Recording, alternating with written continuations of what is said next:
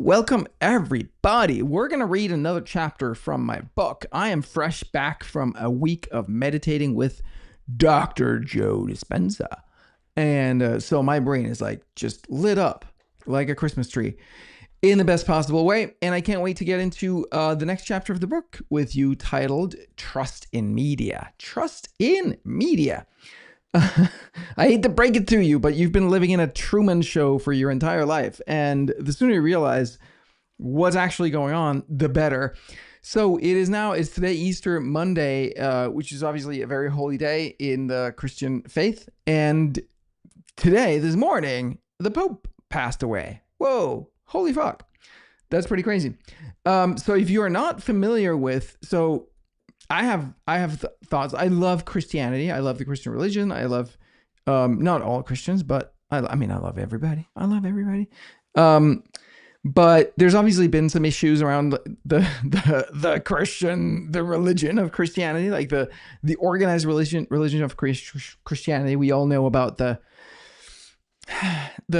pedophilia scandals, the little boys that are molested. We all know about, we don't all know about all the scandals, but there is, I remember years ago reading Mario Puzo's book, The Last Dawn, where he basically it really blew my mind because he talks so much about the interplay between the Pope and the secular powers, where I was like, oh, it's like what he's laying out here is it's just like a power like play. It's just a way to influence a lot of people.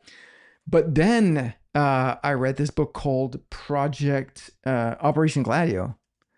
And if you're not familiar with that is a mind bender. Operation Gladio, the unholy alliance between the Vatican, the CIA, and the mafia, by Paul L. Williams. And I've already quoted from that book in my book. It's wild. Basically, every pope since I think at least the early 70s, probably the 60s, have basically been controlled by the CIA so that the CIA can run their dirty drug money through the Vatican Bank, which doesn't have any oversight. And so if you go against the CIA and the drug cartels, which is obviously they're in the cahoots with each other, then you're not going to last long as a pope, as Pope John the First found out. Or maybe he didn't, but he died. So under very mysterious circumstances. So it's a very interesting world that we live in. So let's get to it. I'm gonna talk about trust in media, and we'll see how far we get. If this is the only chapter we do, it's today. So it starts page 143 and ends on 144, ends on page 182. So that might be all we get to today, because I also got some work to do. So here we go. Let's do it. Someone's hammering or something upstairs. I hope it's not going to be too bad. Trust in media. The other big part of the red-pilled worldview is a lack of trust in the media. We've all heard the term fake news.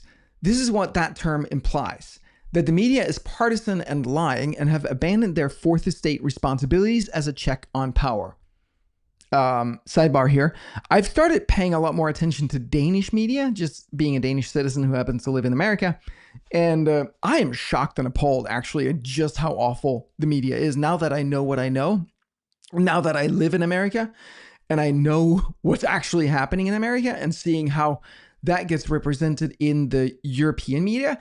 The European media is every bit as bad as the American fake news media. It's horrible. It's awful. The big difference being that I think upwards of 80% of the population in Denmark actually still has trust in the media. That's it's insane. It's mind-boggling. Like, people are just like gobbling up all of the propaganda and all of the brainwashing and all of the gaslighting, and they think that that's reality. It's crazy to realize. All right, back to the book. We need a shared understanding of reality to be able to work and that's a typo. There we go. We need a shared understanding of reality to be able to work as a community and create our future together. And we need someone to hold powerful people accountable. And we don't have that at all. There's a phenomenon dubbed the Gell-Mann amnesia effect. I'll do that over. There's a phenomenon dubbed, maybe I should do a little warm up. Berry batter, butter, bitter butter, butter, batter, but the batter, better. Okay. There's a phenomenon dubbed the Gell-Mann amnesia effect. I bet you've experienced it. It goes like this. You read an article about a topic that you know something about, and you realize how little the journalist who wrote it knows about your topic. It's an oversimplification, it's misleading, or sometimes it's downright wrong. Then you proceed to turn the page and read an article about some other topic that you're not an expert on, and you promptly forget what you just noticed, and you trust that this article surely is telling the truth. But of course it isn't. I've had this experience many times. You probably have too. After Trump got elected, I was seriously concerned about the survival of the US democracy. A thriving democracy depends on an informed citizenry, and so I signed up for a paid subscription to the Washington Post. Democracy dies in darkness, as their slogan says. Better shed some light.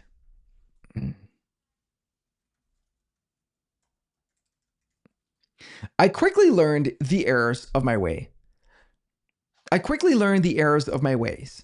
Article after article, I saw the same pattern. There's some tiny bit of real data. They'll write a whole article of narrative interpreting the thing, and then buried in paragraph 7 is the real nugget of information that the whole article was based on. But when you go check out the source, it turns out that it doesn't support the narrative of the article. Try it yourself. Read almost any article carefully. Ignore any adjectives. All right, on that. Ignore any adjectives, assertions, and generalizations, loosely defined or okay.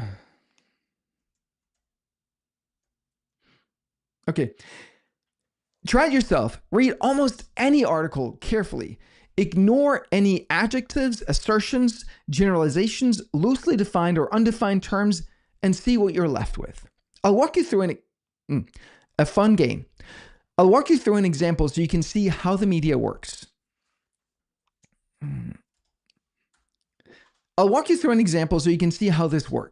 Try to look beyond the Trump piece and just notice the machinations at work.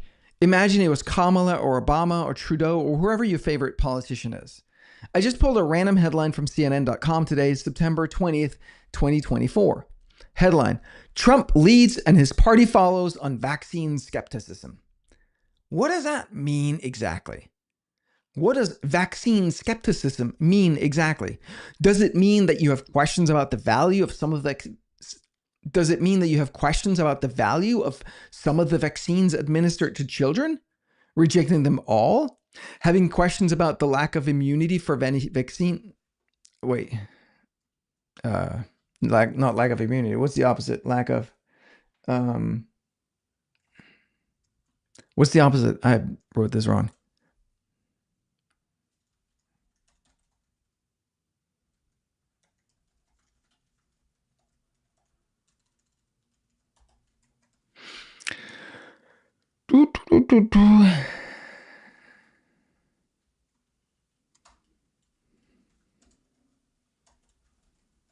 Okay, here we go. Having questions about the immunity from liability for vaccine manufacturers? Having questions about the immunity from liability for vaccine manufacturers? What does it mean? That's not clear, but it's clearly bad. What does it mean that he leads and the party follows? None of this is clear, but okay, it's a headline. Continuing the article. More than 4 years ago, former President Donald Trump's administration accelerated the development and rollout of the COVID-19 vaccine. Okay, nothing much here. Statement of fact. The project, dubbed Operation Warp Speed, likely saved millions of lives. Ooh, this is an assertion, and one that I personally question. I think it's more likely that millions of people died because they were prevented from receiving known effective treatments early on so that an emergency use authorization could be given to the COVID vaccines. So, the exact opposite. Article again. But a substantial number of Republican voters now identify as vaccine skeptics, and Trump rarely mentions what's considered one of the great public health accomplishments in recent memory. All right, so what is a substantial number? What does it mean to identify as a vaccine skeptic? What's the implication of Trump rarely mentioning this? And the fact it was one of the greatest health accomplishments in recent memory is another assertion not backed by anything. Note how they repeatedly state assertions as fact to make it appear as if the question of the efficacy of the COVID vaccines and vaccines in general is a subtle issue. It's not. Far from it. Here's another article from yesterday, September 29, 2024. Headline: Trump lambasts immigrants using false homicide claims. Note the word lambasts, a very loaded word. Immigrants itself is also value loaded. Are they legal or illegal immigrants? Is their status disputed? And the claims are deemed false right there in the headline. The stage is clearly set. The article goes on. Republican presidential nominee Donald Trump, in a speech that repeatedly painted a dark caricature of immigrants, seized on a recent report to claim falsely that thousands of immigrants with homicide records had been allowed to go free by the Biden administration. So, repeatedly painted a dark caricature of immigrants. Whoa, that's strong. What did he say exactly? How many times did he say it exactly? Seized is another one of their favorite words. It sounds dangerous, suspect, and manipulative. Imagine that instead said something neutral like Trump, quoting a recent government report, raised concerns about immigrants with criminal records being allowed into the country and remaining free. Right? Or if they were Trump friendly, they could have said Trump, quoting a recent government report, raised valid and reasonable concerns about some illegal immigrants with criminal records being allowed into the country and remaining free. Notice the addition of valid and reasonable and illegal to add support. Same set of facts, very different narrative.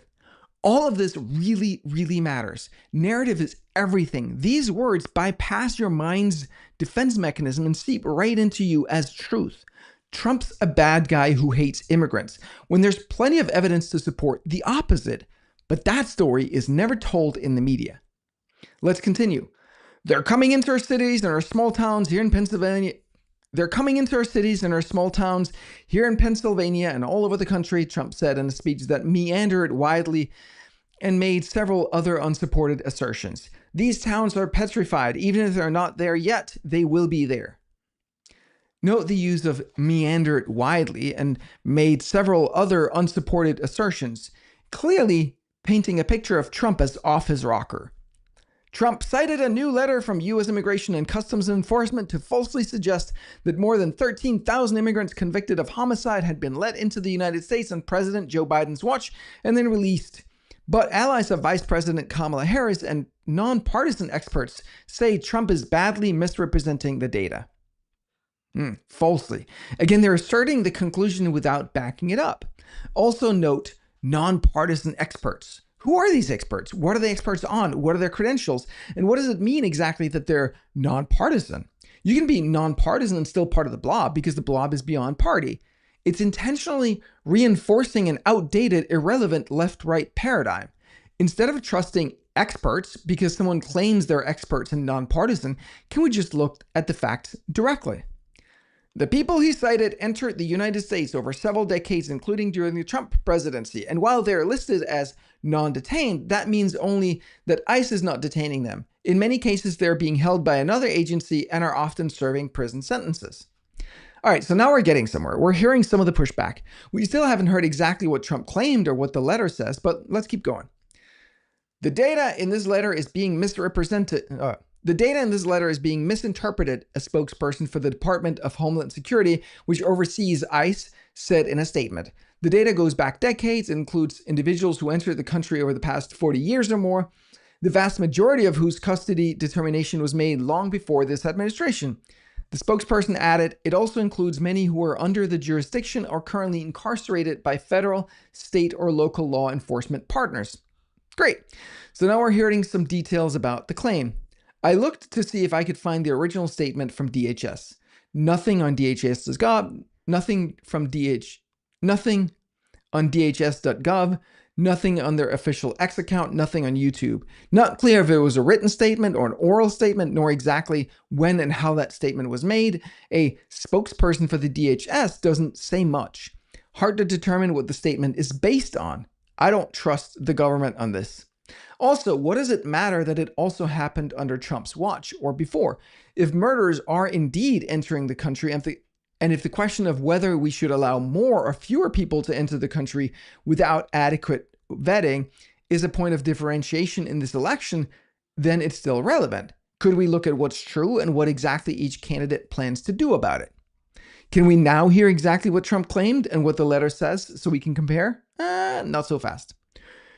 Even so, Trump spent much of his 2-hour speech on elaborate descriptions of the individuals purportedly roaming the nation, calling them stone-cold killers, worse than any of our criminals, monsters, and people who have no heart and don't care who they kill. Elaborate descriptions and some quotes. It's not clear. Hang on one sec. It's not clear from the context who exactly he was talking about. If he was talking about members of Venezuela's Tren de Aragua gang, if he's talking about members of Venezuela's Tren de Aragua gang, for example, his descriptions sound pretty accurate. If he's talking about regular folks with no criminal background, it's obviously obsessive. So who's he talking about? We need to know the context to judge the statements. Will we get it? We shall see. But note how the way this is presented makes it seem like he's unhinged and cold and paints immigrants in a bad light with broad brushstrokes, especially if that's the view you already have of him because you've been told over and over again by the media that he's a racist, he hates immigrants, and he's literally Hitler. Literally Hitler. He hates immigrants and he's literally Hitler. I can't say that. Literally Hitler. If that's your view, then you'll see all of this as confirmation of what you already know to be true and just accept it all at face value. That's the point. I have a friend in Venezuela who tells me the claim that Venezuela is emptying their prisons and sending the inmates to America is 100% true. Is 100% true. Venezuela is safer than it's ever been because all the criminals are gone. I haven't verified the statement further, but I trust my friend and it sounds plausible. He's not particularly involved in US politics, he's just sharing what he's observing in his own country. Sometimes statements that sound awful can actually be true. In that case, which is more awful, the saying of it, the fact itself, or the people who allowed it to happen? Back to the article. The ICE letter, which has also been cited by other conservatives, was sent on September 25 by Patrick J. Lechleitner, the agency's deputy director, to Representative Tony Gonzalez, Republican from Texas, in response to his request for information on non-citizens who are on ICE's docket and have been charged with or convicted of a crime. And here, they actually link to the letter. Oh, that's helpful. So I'm guessing now we'll hear exactly what the letter says and how it compares. Not yet. Article. While Trump focused much of his speech in Erie on immigrants, he hit on several other themes that have made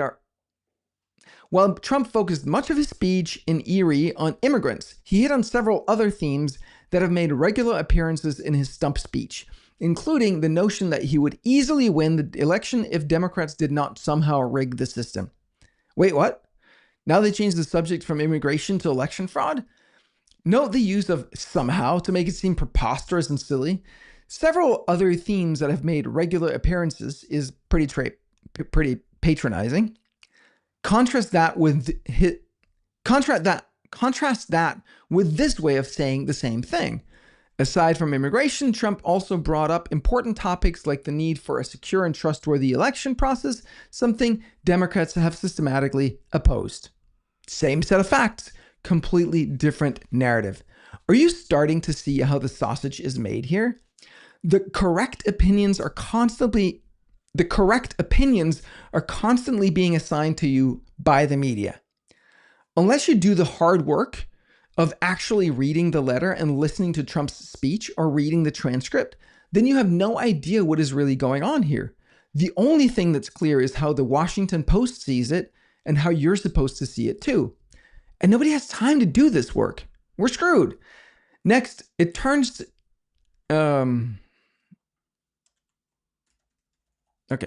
Next, the article turns to Trump criticizing Kamala's mental acuity. Given her performance, it doesn't seem like an unreasonable thing to bring up to me, especially after 4 years of Biden, where his obvious cognitive decline was being hidden from the public by the media and his administration, including Kamala. Are we being told the truth about Kamala? What would make us believe that we are? I'm going to quote this paragraph. Harris, since the beginning of the campaign, has dismissed such comments as part of Trump's longtime playbook of personal insults and derisive comments about individuals and groups. She has said that she is seeking to turn the page from Trump's politics of putting people down to a new era of lifting people up.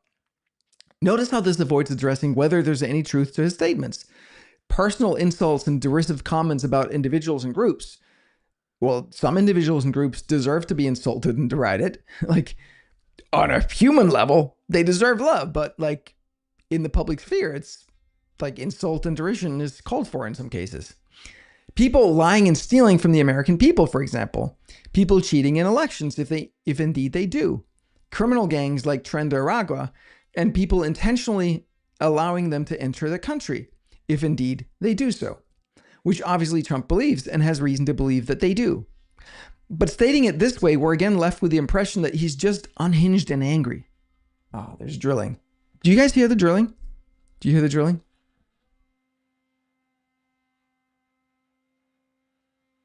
It's going pretty crazy.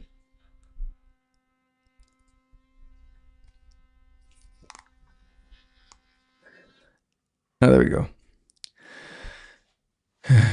But by stating it this way, we're again left with the impression that he's just unhinged and angry. But what if his anger is justified? After all, they've been going after him with everything they've got since before he took office. Maybe he's seen how the game is really played and it makes him angry. Let's continue with the article. Few issues have become as heated during the campaign as immigration, an area where polls suggest voters trust Trump more than Harris. As Trump and his running mate, Senator J.D. Vance, Republican from Ohio, have unleashed ever harsher rhetoric about immigrants, Harris has sought to deflect criticism that she and Biden took an overly permissive approach to the issue that led to repeated scenes of chaos at the border. Note the words used, unleashed, ever harsher, and rhetoric, versus deflect criticism, overly permissive, repeated scenes of chaos at the border. Another way to phrase the exact same facts could be something like this. Trump and Vance have pointed to legitimate concerns about the serious problems caused by the flood of ever more problematic illegal immigrants unleashed by the Biden-Harris administration's inscrutable and dangerous policy on the border, practically asking and even paying for millions of people, many of whom are criminals, to come to the U.S. completely unvetted and unsupervised. This is completely unvetted and unsupervised. This is adding a significant financial, logistical, and law enforcement burden on local communities who have no say in the matter at the expense of tax-paying citizens who have been here for decades and even generations.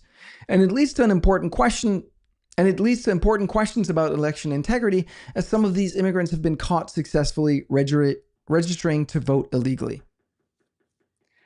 This is getting annoying with the thing upstairs. Let me see how much I have left in this chapter. 182. It's quite a bit left, actually. All right, we'll keep going. Note the difference. Okay.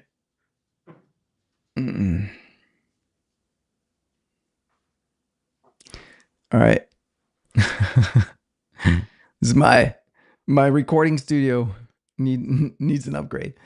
One sec here.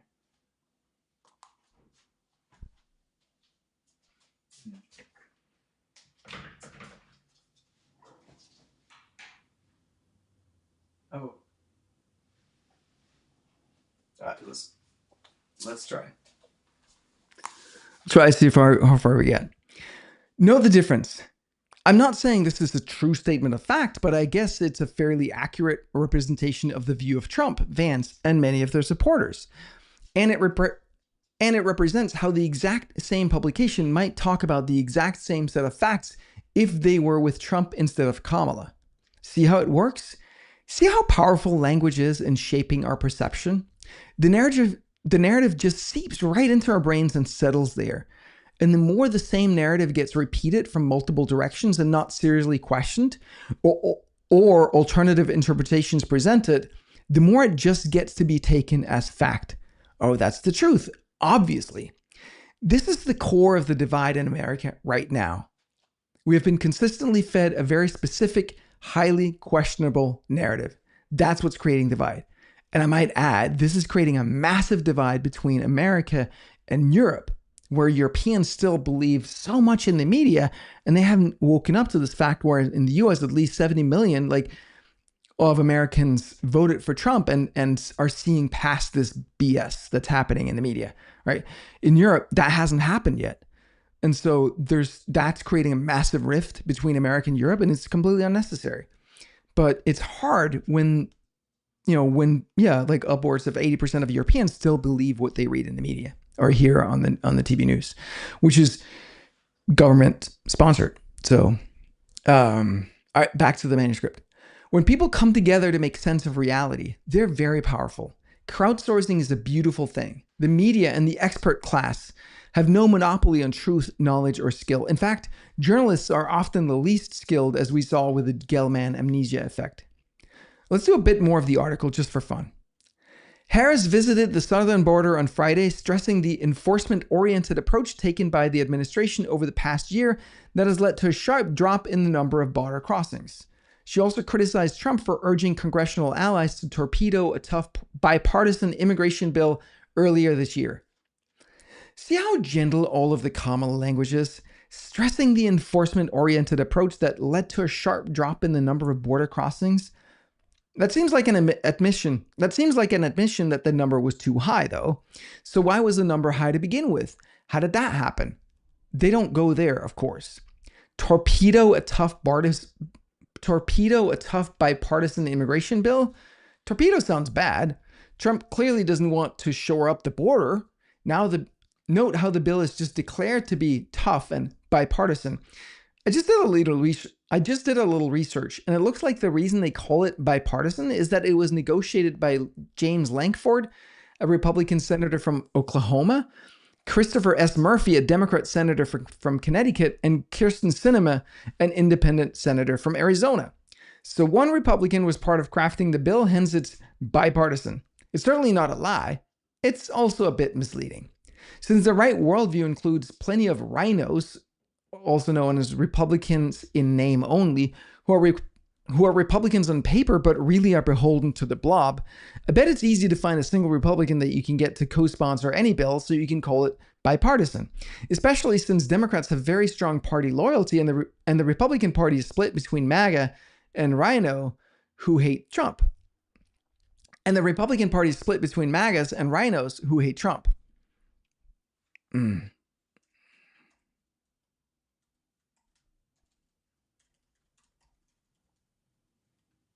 Okay. And the Republican Party is split between MAGAs who are pro-Trump and the rhinos who hate Trump. But by saying the bill was bipartisan, they imply that there was a broad consensus. And that Trump did his usual thing and created chaos to suit his own political agenda. But is that what happened? I have to admit that I haven't looked deeply into this. I have a company to build and a life to live. But a quick search turned up this relevant criticism from Ken Paxton, Attorney General of Texas, one of the states negatively affected by the Biden administration's immigration policies. Quote, the Biden Senate immigration bill is a complete disaster. The open borders policies it enshrines would destroy our country. In addition to encouraging nearly 2 million illegal aliens annually to enter the country, paying out over $1 billion to the toxic NGOs that settle illegal immigrants all over the nation, empowering Mayorkas to abuse the asylum process on his arbitrary whim, and ending catch and release, this bill that gives... hang on. Hey.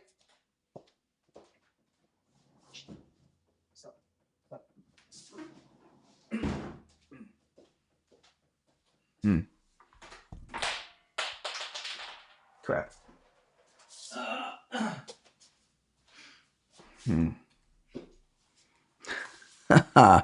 This is hard.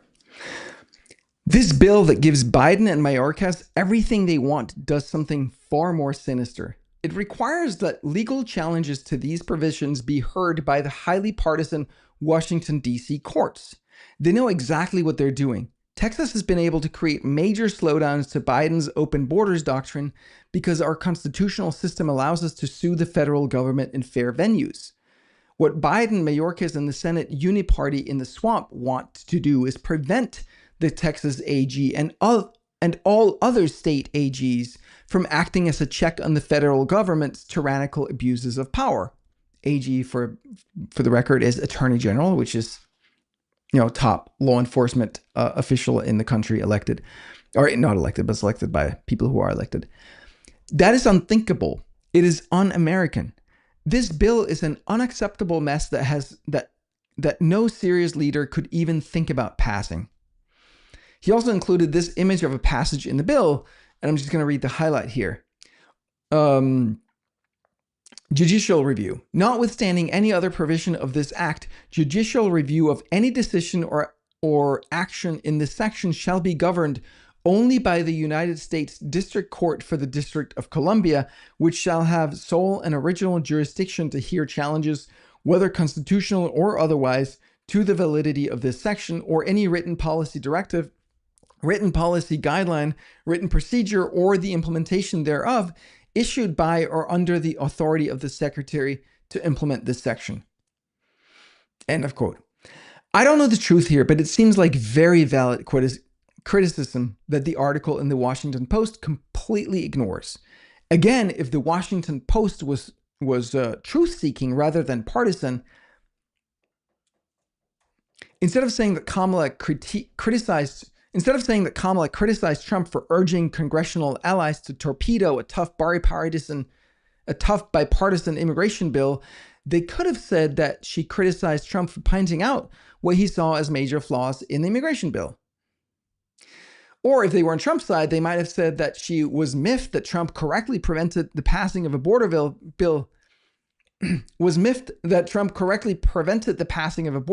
the Biden-Harris administration that would have been disastrous for America's ability to protect its own borders, possibly forever. Same set of facts, very different narrative. See the power of narrative. And this is just one article. Let's continue. He also falsely claimed that Harris prosecuted her political opponents like me. At one point, Trump again baselessly questioned whether Harris had really worked at McDonald's, as he had done on several earlier occasions. Note again how they just postulate that the claims are false. How can you say that? The way I see it, that's exactly what happened. What basis does the Washington Post have to just state that as fact? There's a little bit like...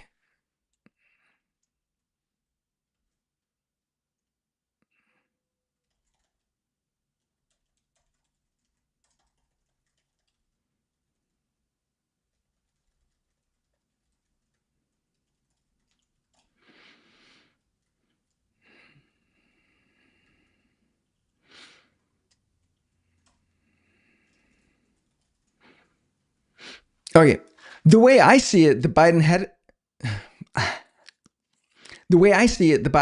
admin prosecuting their political opponents is exactly what happened. What basis does the Washington Post have to just state the opposite as fact?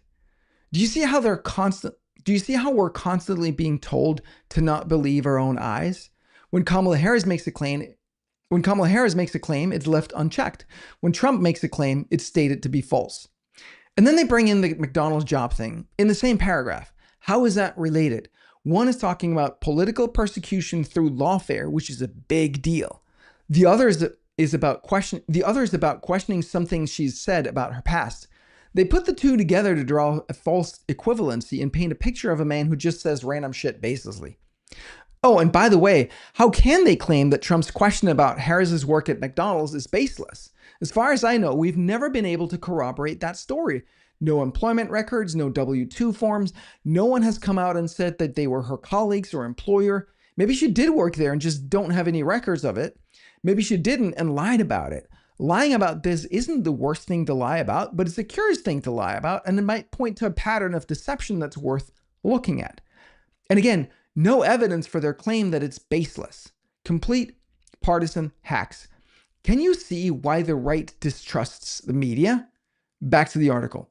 After the rally, Erie County GOP chair Tom Eddy said Trump's criticisms of Harris were designed to appeal to his most hardcore supporters with the goal that they would then persuade undecided voters. Quote from the article.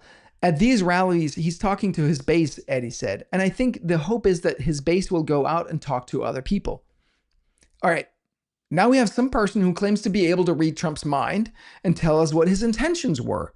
Last I checked, we don't yet have mind-reading technology. Also, the fact that this person is the GOP chair backs up my claim that bipartisan is a meaningless claim. He's probably another rhino.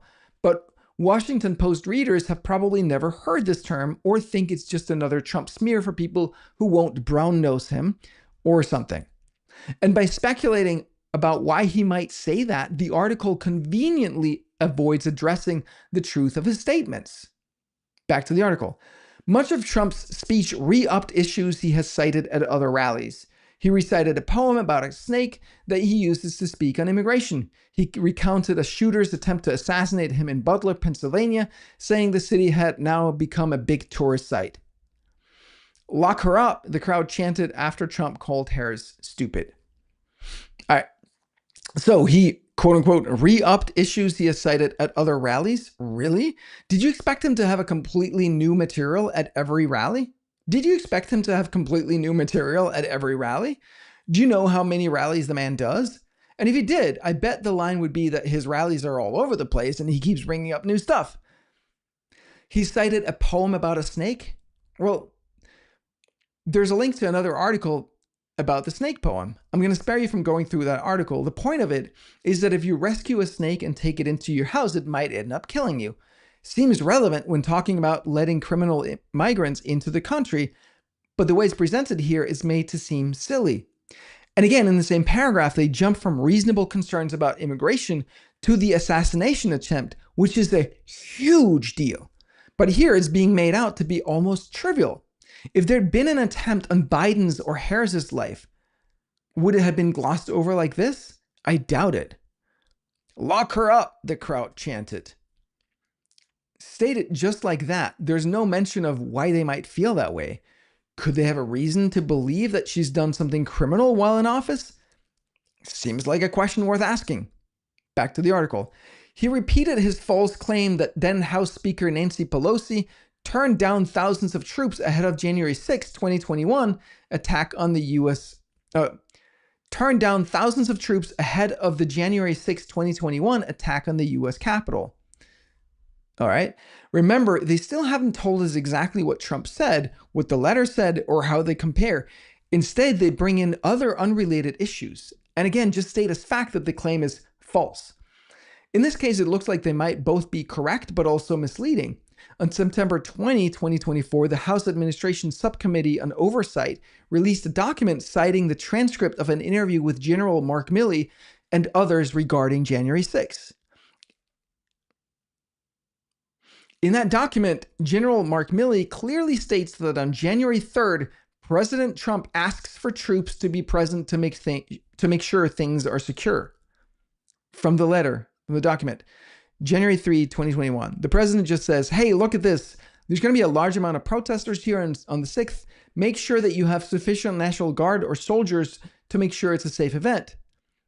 POTUS said, hey, I don't care if you use guard or soldiers, active duty soldiers, do whatever you have to do. Just make sure it's safe. And then the Colonel Earl Matthews of the DC National Guard says, the DC Guard couldn't, it says, here's what he says. The DC Guard could have gone in right away, but the Secretary of the Army did not give us the approval. There was concern about being anywhere near the Capitol because of perception that the military would be involved, that there would be a militarization of the electoral process. Christopher Miller, acting Secretary of Defense, says, the president commented that they were going to need 10,000 troops the following day. I interpret it as a bit of presidential banter or President Trump banter that you all are familiar with, and in no way, shape, or form did I interpret that as an order or direction. On January 6, 2021, everyone was like, did you listen to the president's speech? I'm like, the guy speaks for 90 minutes like it's Castro or something. No, I got work to do. I was cognizant of the fears that the president would invoke the Insurrection Act to politicize the military in an anti-democratic manner.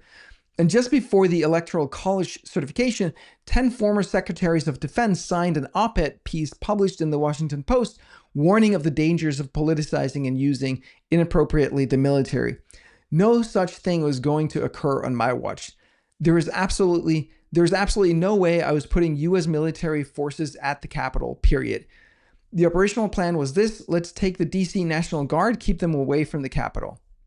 All right? So, no mention of Nancy Pelosi, but it does sound like Trump wanted the National Guard in there to protect the Capitol, but the DOD generals, who were no fans of his, didn't want to do that.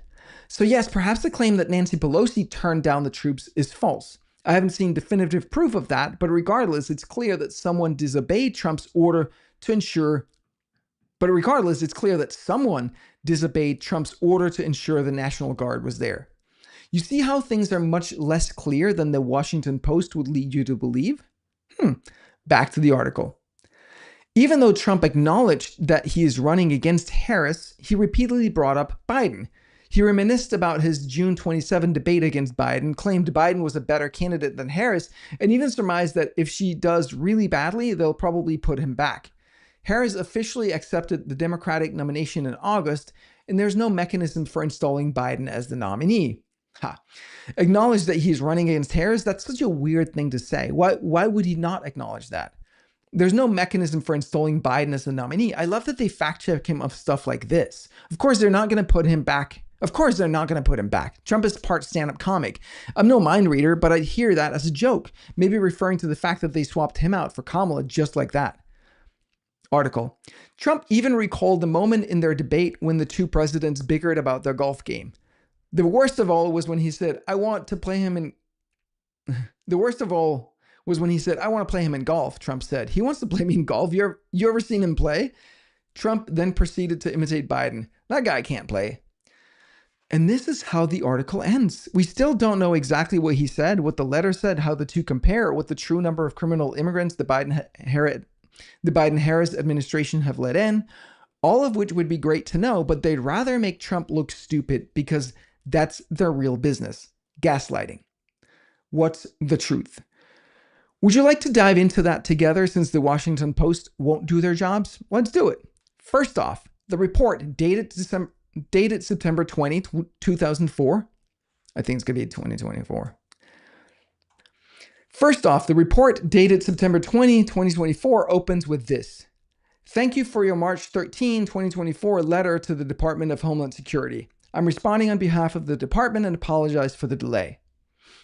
Talk about delay. 6 months to report these numbers. Seems like a long time. You'd think they have these numbers ready by now. Hang on.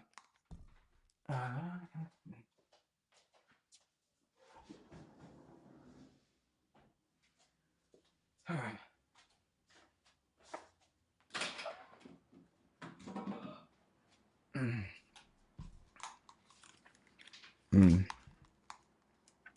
Oh, shit.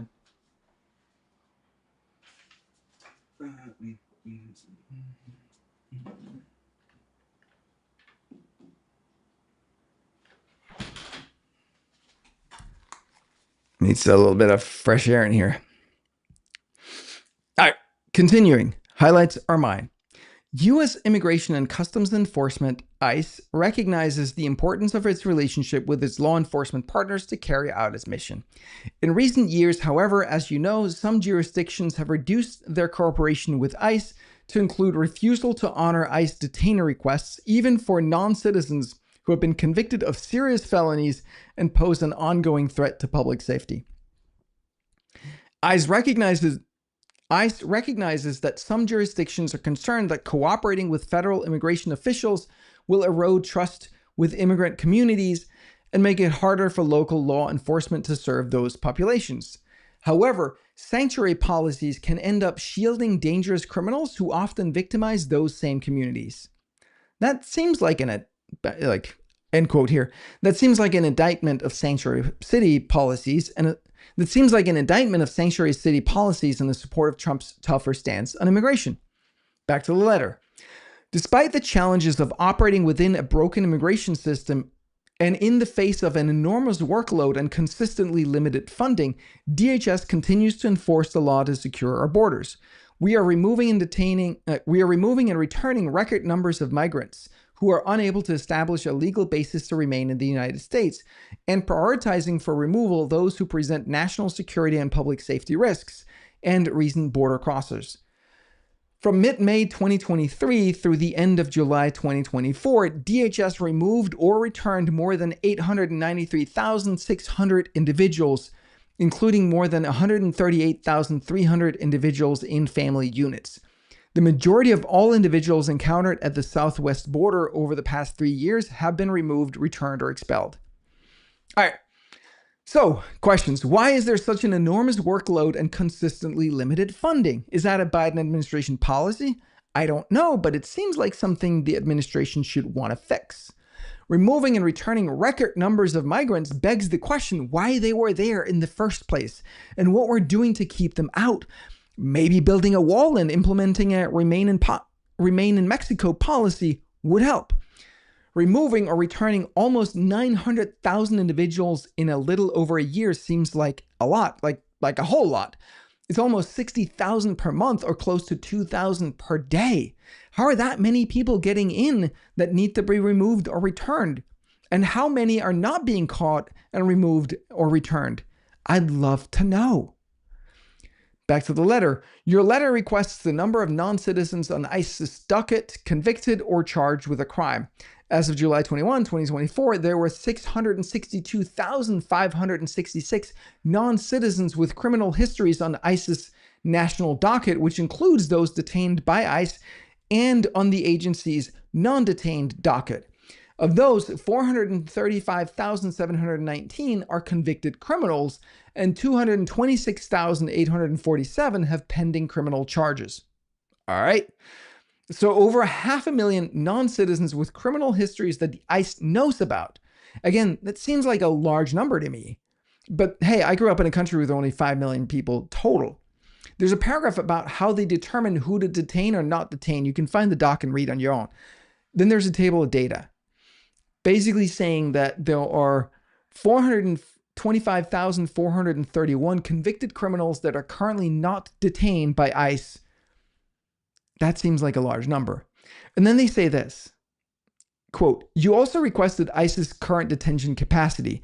Under the DHS appropriations bill enacted on March 23, 2024, ICE enforcement and removal operations is funded at 41,500 beds through the rest of the fiscal year, which is an increase from 34,000 in financial year 2023. All right, so they have 600,000 plus possible criminals and only 41,500 beds. Now remember what the article said. Back to the article. Quote, Trump cited a new letter from U.S. Immigration and Customs Enforcement to falsely suggest that more than 13,000 immigrants convicted of homicide had been led into the United States on President Joe Biden's watch and then released. That number, end quote, that number comes from the table here, stitching together the header with the relevant detail row. But like out of those 425,000 convicted criminals, there's 13,099 that are convicted of homicide. So back. And this was the Washington Post's rebuttal quote from the article. The people he cited entered the United States over several decades, including during the Trump presidency. And while they're listed as non-detained, that means only that ICE is not detaining them. In many cases, they're being held by another agency and are often serving prison sentences. The spokesperson added, it also includes many who are under the jurisdiction of or currently incarcerated by federal, state, or local law enforcement partners. Hang on.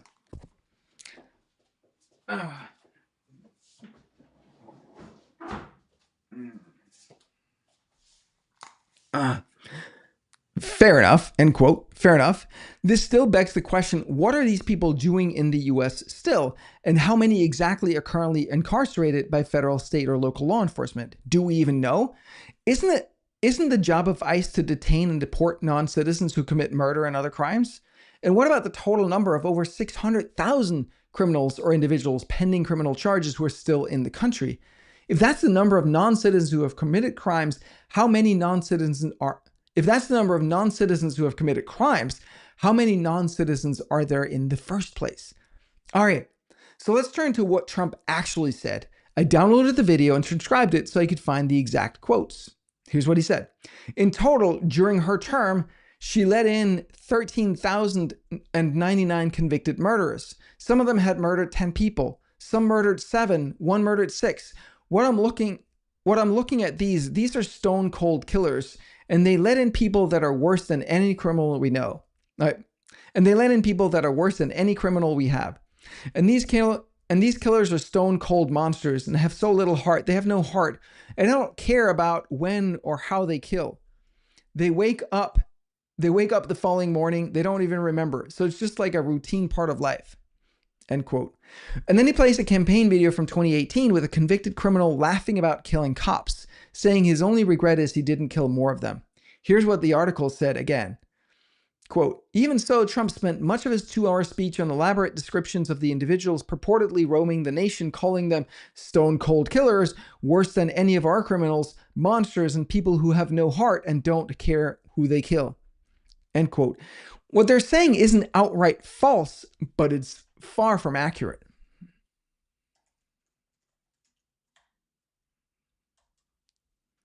Spent much of his 2-hour speech on...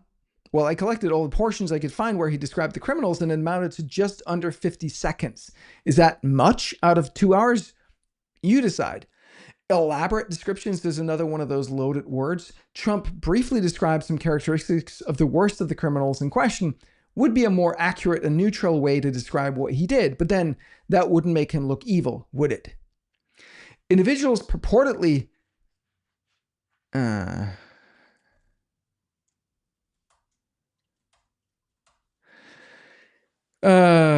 individuals purportedly roaming the nation is another phrase that A, doesn't make it clear he's talking specifically about hardened criminals, and B, makes it seem like he's hallucinating. The letter from DHS doesn't say during what time periods the criminals and possible criminals... The letter from the DHS doesn't say during what time period the criminals and possible criminals entered the country, whether they had a criminal history before they got here, or whether any criminal history was ever assessed.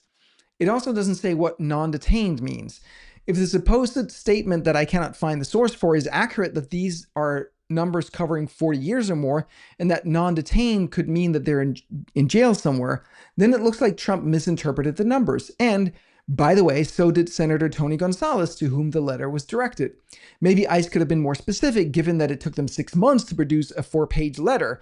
5 pages if you count the CC list on page 5.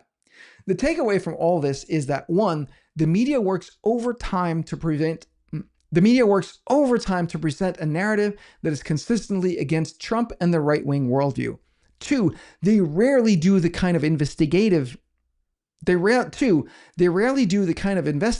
work that I just did. 2, they rarely do the kind of investigative work that I just did to even attempt to present the facts and get at the truth. Actually, scratch that. It's not rarely, it's freaking never. They never do that. 3, the focus on pointing out any errors in what Trump says while obfuscating the real issue he's pointing to, in this case, immigration and criminal non-citizens. This is not a book about Trump. It's a book about principles. And there's no question that Trump's strength is not accuracy, something I don't love since one of my core values is integrity. However, the distinction I see is that Trump tends to be directionally accurate, meaning that while the details are incorrect, he's pointing towards something that is both true and relevant. In contrast, in my experience, the Democrats, the corporate media, and the government are lying to obscure the truth. There's a big difference. As you start to pay attention, see if you notice the same pattern. Hoaxes. Phew, that was quite the journey. I did the work routinely for close to a year, I think. In the end, I wasn't able to keep that kind of effort up while also building a software and a coaching business. No normal human being with a life has the time to do that, which is why the techniques used by corporate media work so well. But it is really worth the effort to do it for just a period of time in order to learn all the tricks they use. Another recurring pattern is the hoaxes. I'm going to look at just one of the hoaxes in an effort to demonstrate how it works. My point is not to say this is true. My point is to demonstrate the mechanics of how hoaxes work and how the media uses them to tell you what to think. Even if you think Calvin's off his rocker, understand that a big chunk of the country agrees with this. It's worth it to at least understand how they see the world. The other side is not your enemy. It's your neighbor, your uncle, your aunt, your niece, your nephew, your sister, your brother, your parents, your children, your coworker, your barista, your local police officer. It's worth understanding how they see the world, even if you disagree completely. All right, so what's a hoax? A hoax is a frequently routed, officially accepted lie. What do I mean by routed? I don't know. A hoax is a frequently routed, officially accepted lie. Maybe I mean spouted? A hoax is a frequently spouted, officially accepted lie built around real events, but where what happened is twisted to mean the opposite of the truth. Hoaxes are often easily debunked, but that doesn't matter because they match a narrative that has already been planted in people's minds, and the media and the intended targets won't look up the original source and see what was meant. Hence, they continue to work. Kamala, during her debate with Trump, did quite the feat and managed to cram in a whole slew of hoaxes in the span of just 2 minutes and 6 seconds. Here's what she said, quote, I was at the Capitol on January 6th. I'm sorry, I'm just going to do this. I was at the Capitol. I can't help myself. I was at the Capitol on January 6th. I was the vice president-elect. I was also an acting senator. I was there, and on that day, the president of the United States incited a violent mob to attack our nation's capital, to desecrate our nation's capital. On that day, 140 law enforcement officers were injured, and some died. I can't keep this going. And understand the former president has been indicted and impeached for exactly that reason. But this is not an isolated situation. Let's remember Charlottesville, a mob of people carrying tiki torches, spewing anti-Semitic hate. And what did Trump say? There were fine people on each side. Let's remember that when it came to the Proud Boys and militia, the former president said, stand back and stand by. So for everyone watching who remembers what January 6th was, I say we don't have to go back. Let's not go back. We're not going back. It's time to turn the page. And if that was a bridge too far for you, well, there's a place in our campaign for you. To stand for country, to stand for a democracy, to stand for rule of law, and to end the chaos, and to end the approach that is about attacking the foundations of our democracy because you don't like the outcome. And be clear on that point, Donald Trump, the candidate, has said, in this election, there will be a bloodbath if the outcome of this election is not to his liking. All right, end quote. Let's do inventory. We have 1, the insurrection hoax, 2, the fine people hoax, 3, the stand back and stand by hoax, and 4, the bloodbath hoax. That's impressive. To understand hoaxes, and just to like, these are all like, she's either very dumb or very willfully spewing things that are absolutely untrue here. All right, so we'll get to that. To understand hoaxes, think about the Nigerian prince scam. Why do scammers continue to mention Nigerian princes even though everyone already knows about the Nigerian prince scam? Precisely because it self-selects for people who are gullible enough to go along with it anyway, either because they're so uninformed they haven't heard of it, or willing to suspend disbelief anyway.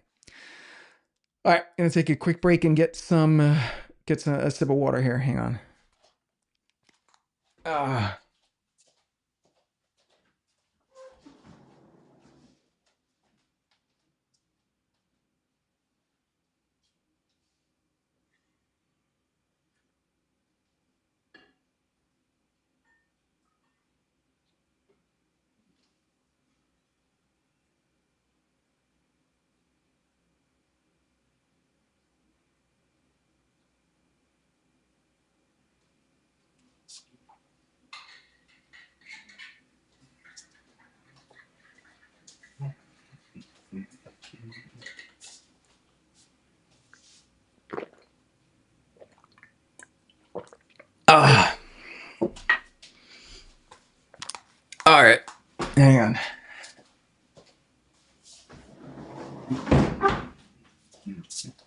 All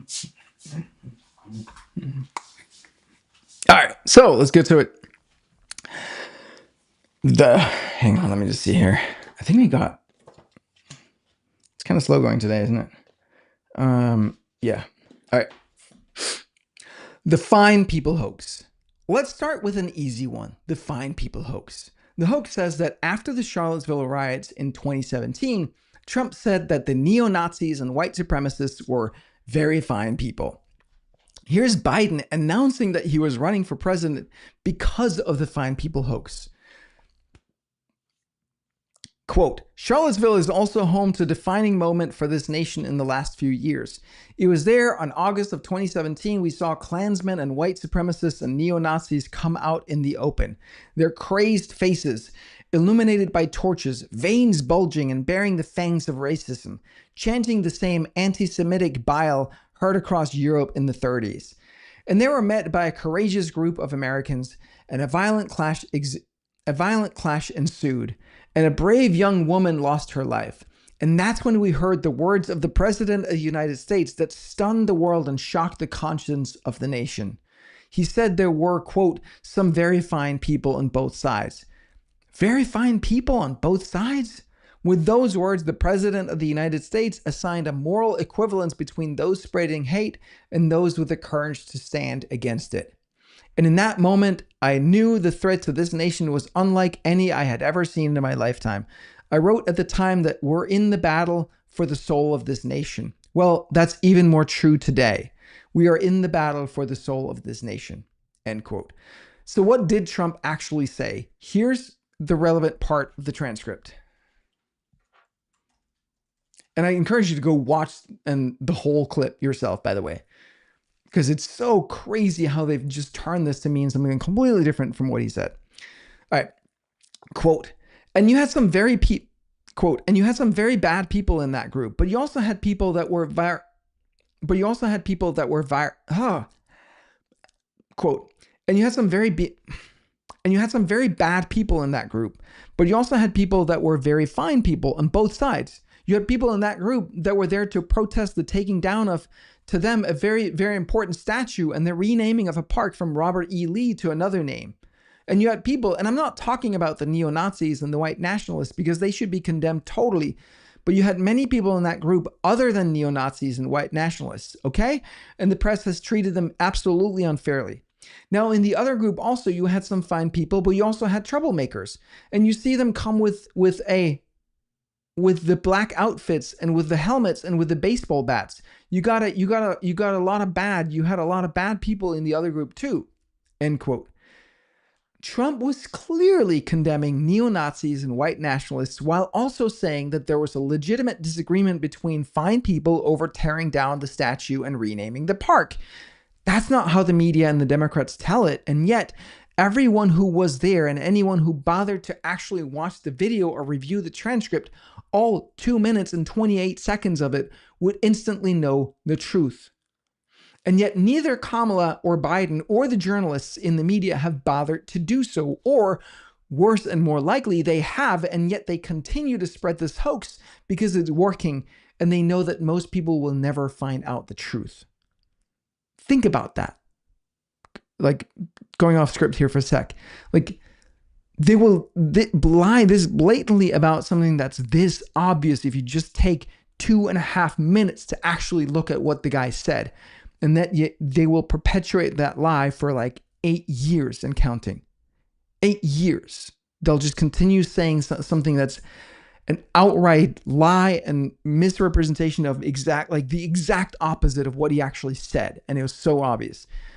And that's the media. That is what the media is and does. Just never forget that. Never forget that. You cannot trust these people. You cannot trust the media whatsoever. All right. Back to the script. The insurrection. All right. This is a big one. Was January 6th an attempt at insurrection? Was it a peaceful protest gone wrong, or was it something else entirely? If you're certain it was an attempt at insurrection, how do you know? Would you have ever thought to use that word if it hadn't been fed to you over and over and over again by the media? Seriously, would you? Would you have used that word? As I was writing this, I wanted to get to the bottom of it. So I went into detail about why the media claimed it was an insurrection. And I found it to be pretty weak sauce. Basically, the fact that he said,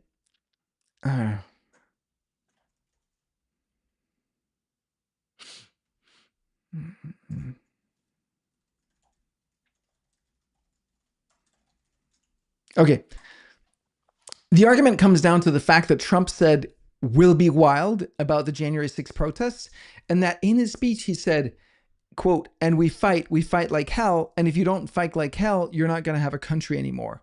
Yet in the same speech, he also explicitly called for people to, quote, "peacefully and patriotically make your voices heard."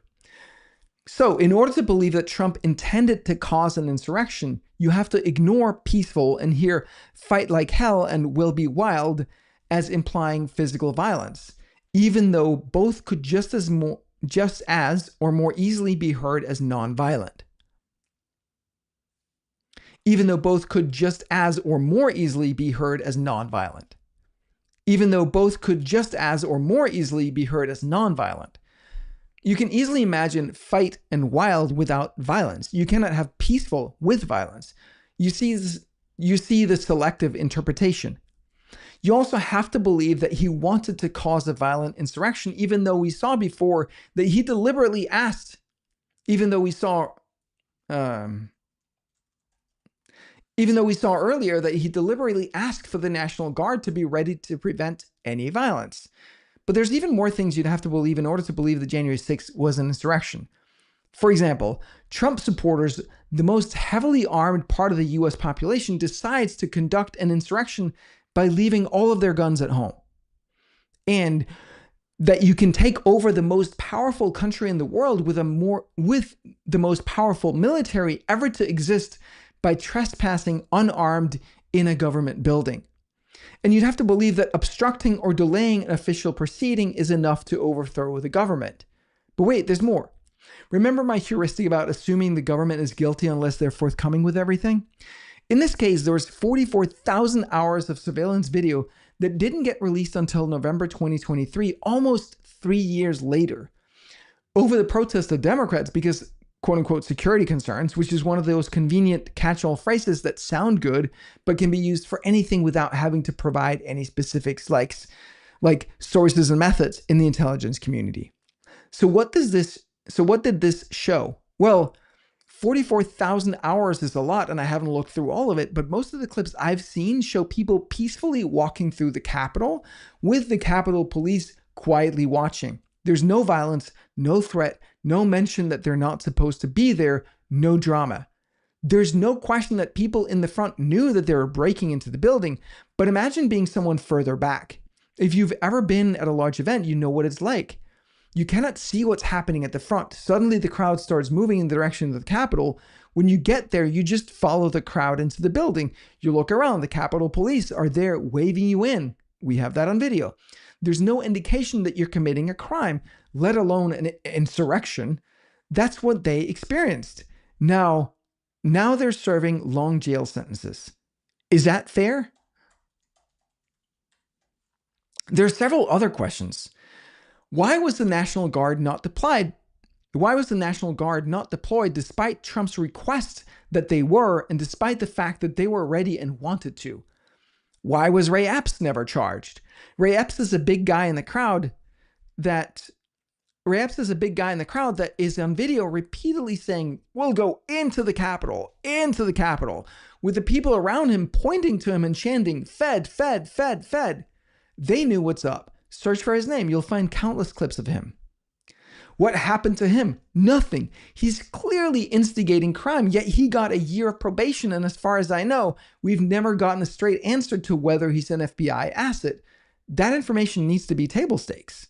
Speaking of feds, FBI agents or informants, I don't think we ever got a straight answer either to how many feds were in the crowd that day and what they were doing. The latest article I could find was from the New York Post, dated September 19, 2023, with the headline, "FBI lost count of how many paid informants were at Capitol on January 6th and later performed audit to figure out exact number, ex official."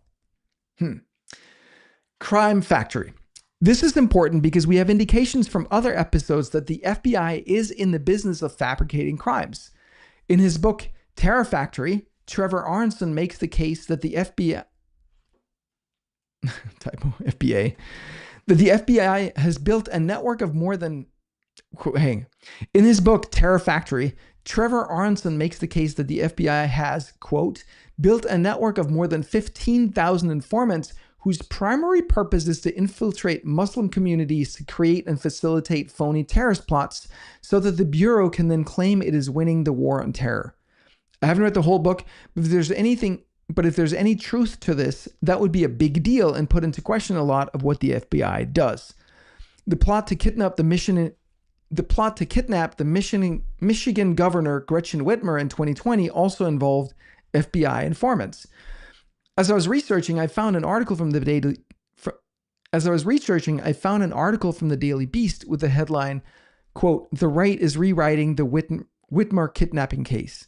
However, if you read the article, you'll see all the hallmarks of activist journalism that we've covered before. They're quoting sources and making postulates without backing any of it up with facts or doing any actual journalism. One statement stands out, quote, "But her award to the Knoll brothers echoed a campaign of online commentary that cast the Whitmer plot as a hoax, even after most of its alleged participants were convicted or pleaded guilty," end quote. They're using the fact that some participants were convicted or pleaded guilty, parenthesis, "We've seen how credible a guilty plea is already.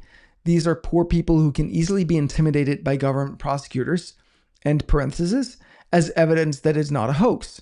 But that's not how the FBI instigated plots work. They wouldn't do them if they didn't routinely get convictions. The allegation against the FBI is that these crimes would have never been conceived of if the FBI hadn't been there to goad people into them and provide the supplies. Here's another quote from the article. Quote, "When two men were acquitted in the scheme, a GOP gubernatorial candidate running against Whitmer baselessly asserted that the FBI conceived a plot to kidnap Gretchen Whitmer and preyed on Michiganders to push it along," end quote. Note the use of baselessly. Nothing to back up why it's baseless, as usual. They're accusing the GOP gubernatorial candidate of doing exactly what they're doing. This is straight up projection. Accuse other people of doing the exact thing that you're doing. I'm not going to dive deep into the Whitmer case here. I don't want this book to be longer than it already is. The point is, there are credible accusations of the FBI being involved in fabricating crimes, and January 6th very well might be one of them. There's also serious questions about a pipe bomb found near the DNC headquarters. Was that bomb planted by the FBI? We don't know for sure. But what we do know is that the FBI has been behaving very strangely in this investigation. Revolver News and Thomas Massey have been on the case, and there are so many questions, including why the FBI has only released degraded video material of the person planting the bomb, even though higher quality video exists, and why the FBI seemingly deleted the video by March 18, 2022. And why the FBI had seemingly deleted the video by March 18, 2022, even though this was a high priority investigation. Again, the assumption has to be that if the government is covering up the facts,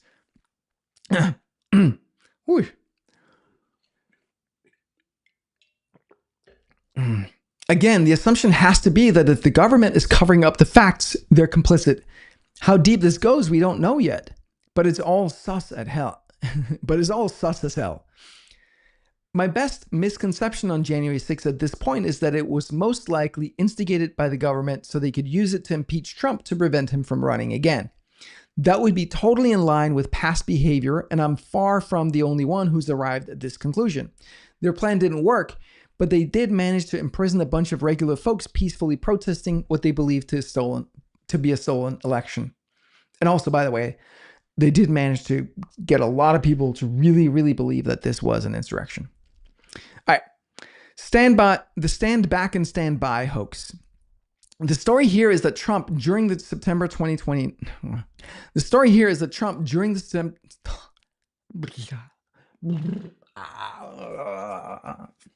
The story here is that Trump, during the September 29, 2020 presidential debate with Biden, was asked if he would tell the Proud Boys to stand down. Instead of doing that, he asked them to stand back and stand by.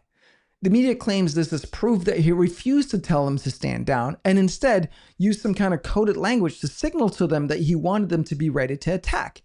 Was it a truly sneaky dog whistle way to avoid denouncing them, or was it just clumsy wording? You be the judge. Here's the official transcript. Quote, Wallace, you have repeatedly criticized the vice president for not specifically calling out Antifa and other left-wing extremist groups. But are you willing tonight to condemn white supremacists and militia groups and to say that they need to stand down and not add to the violence in a number of these cities as we saw in Kenosha and as we've seen in Portland? Trump, sure, I'm willing to do that. Wallace, are you prepared specifically to do it? Well, go ahead, sir. Trump, I would say almost everything I see is from the left wing, not from the right wing. Wallace, so what are you saying? Trump, I'm willing to do anything. I want to see peace. Wallace, well, do it, sir. Biden, say it, do it, say it. Trump, you want to call them? What do you want to call them? Give me a name. Give me a name. Go ahead. Who would you like me to condemn? Wallace, white supremacists and racists. Biden, Proud Boys. Wallace, white supremacists and white militias. Biden, Proud Boys. Trump, Proud Boys, stand back and stand by. But I'll tell you what, somebody's got to do something about Antifa and the left because this is not a right-wing problem. This is a left-wing problem. Biden, his own FBI director said, unlike white supremacists. Trump, this is a left-wing problem. Biden, Antifa is an idea, not an organization. Trump, oh, you got to be kidding. Biden, not a militia. That's what his FBI director said. Trump, well, then you know what? He's wrong. Wallace, gentlemen, no, we're done, sir. Moving into the next crosstalk. End quote. Seems like a clumsy choice of words to me during a heated portion of the debate. All three are talking over each other. Biden is interjecting multiple times. And by the way, Biden was never asked to denounce Antifa or tell them to stand down, right? And nobody ever went back and say, hey, like, that wasn't super clear. Stand back and stand by. Like, we want to hear you say stand down. He would, I'm mind reading. I'm speculating. I'm hallucinating. He would have totally done that. Anyway, so onto the script here. Compared to what Biden said during the 2020 election, quote, we have put together, I think, the most extensive and inclusive voter fraud organization in the history of American politics. End quote. I kid you not. Joe Biden really actually said that. Is this a Freudian slip? Just a gaffe? It for sure is way stronger than what Trump said about the Proud Boys, but the media has completely ignored it. Had Trump said something like this, the media would have pounced on it. But since the media is part of the blob or the Democrat machine, they ignore this Biden quote just like they covered up Biden's dementia for years. It's important that you see how the media works so you can spot and immunize yourself against the manipulation. The bloodbath hoax. Here's what Kamala said during her debate with Trump again, quote, and be clear on that point, Donald Trump, the candidate, has said in this election there will be a bloodbath if this and the outcome of this election is not to his liking, end quote. She's implying that he's going to instigate violence if he doesn't like the outcome of the election, just like he supposedly did on January 6th. Yikes, that sounds bad. But where did this idea come from? It came from a rally in Ohio on March 16, 2024, where Trump said this, quote, China now is building a couple of massive plants where they're going to build the cars in Mexico and they think that they're going to sell those cars into the United States with no tax at the border. Let me tell you something to China. If you're listening, President Xi, and you and I are friends, but he understands the way I deal. Those big monster car manufacturing plants that you're building in Mexico right now, and you think you're going to get that, you think you're not, and you think you're going to get that, you're not going to hire Americans and you're going to sell the cars to us? No, we're going to put 100% tariff on every single car that comes across the line, and you're not going to be able to sell those cars if I get elected. Now, if I don't get elected, it's going to be a bloodbath for the whole. That's going to be the least of it. It's going to be a bloodbath for the country. That'll be the least of it, but they're not going to sell those cars. End quote. So is he saying there will be violence, or is he using bloodbath in car production, the economy, and the job market?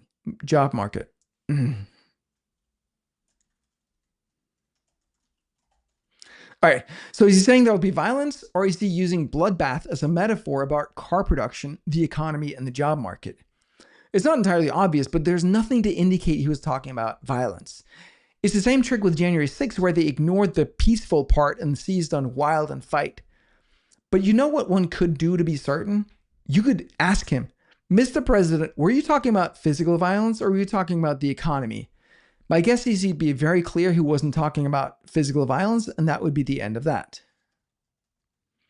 But the media doesn't want that. What they want is to leverage these hoaxes so they can paint a particular picture of Trump to make him seem dangerous and scary and unhinged and, quote, literally Hitler.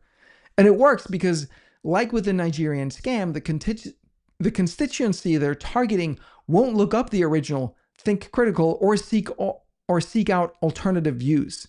Just like I didn't for most of my adult life. We've got lives to live. The media exists to do their job and bring us the relevant news. Or that's what we thought. All right. Whew. That was the end of that chapter. We are officially done with that one. Next chapter is going to be happy on page 180. Following along. Well, it was 182, but now it's 180. I don't know what happened. So yes, I'm looking forward to continuing this with you. Maybe tomorrow, guys.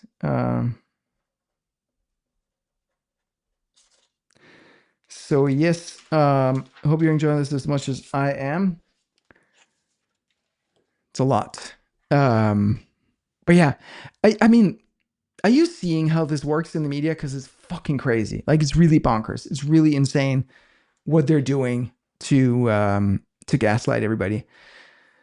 But the thing is, once you see it, you can't unsee it. And so in that way, it's just like, well, like, it's never going to work on you again once you really get it. But I'm surprised. I'm shocked at how many people still don't really get it. So we'll see. We'll see. It speaks a lot to how the human psyche works.